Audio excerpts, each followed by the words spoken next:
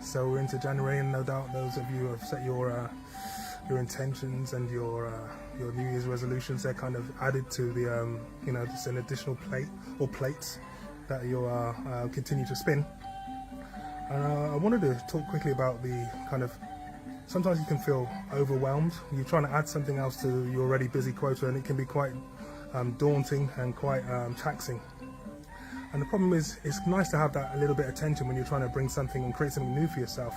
And it's good to have that stretch point, but overwhelm is a little bit on the destructive side. It carries that kind of negative energy of resistance, really, and it can be really destructive to not only you quitting your original resolution, but can be quite damaging on your other things that you're juggling as well. So it's to be mindful of that as you're going forward. The key then is to prioritize your focus. So you can do that in a number of ways. You can do that in a way of like on a weekly basis, a bi-weekly or a monthly basis. Let me give you an example. What I'm doing at the moment, my main focus this for January, and January specifically, is money and income for the businesses. So that is my prime objective. I've got other things like health and family, etc., and I've got some systems in place already, so they're already there. But my main objective for that 1 month is a month, because there's so much to do and different things to do. But otherwise, it could be 2 weeks or a week, whatever's best to you. You just work that out for yourself. But this month, for me specifically, I'll be focusing on money and business, and looking to increase my incomes across the businesses, and generate new ideas for the companies as well. So what will happen then, at the end of 30 days, I'll quick review, and then I'll go into something else, and then I'll look at where else I want to focus on. Now, these points of focus, it really and truly could be done, or should be done, on a weekly basis. I mean, there's other things that you're looking at.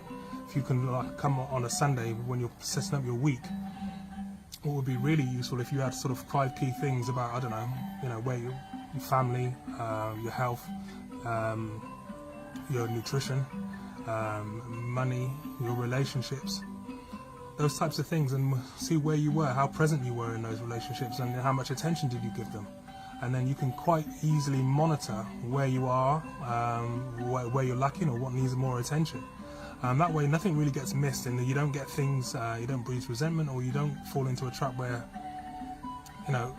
months have gone by and you haven't given something the right attention, and you've kind of fallen off the wagon as far as giving that specific thing the attention that it requires. So that is pretty much when I speak to other people that kind of perform at quite a high level, this is what they do on a regular basis. To ensure those plates are spinning fully all the time. So it's cool to have the addition of the new plate, but make sure that it's not a point of overwhelm for you, because that's a negative state. And even if you kind of soldier on through that and deal with the overwhelm, it's not as enjoyable a process. And this is it's meant to be a process for fun. Of course, it's going to be challenging and whatnot, but it's still equally, it shouldn't be a source of pain for you. That's for sure. So yeah, give that a try and see what you think. And yeah, please let me know if you like this video, and then feel free to share it with your friends, and please get them to subscribe. And I'll see you soon. Take care.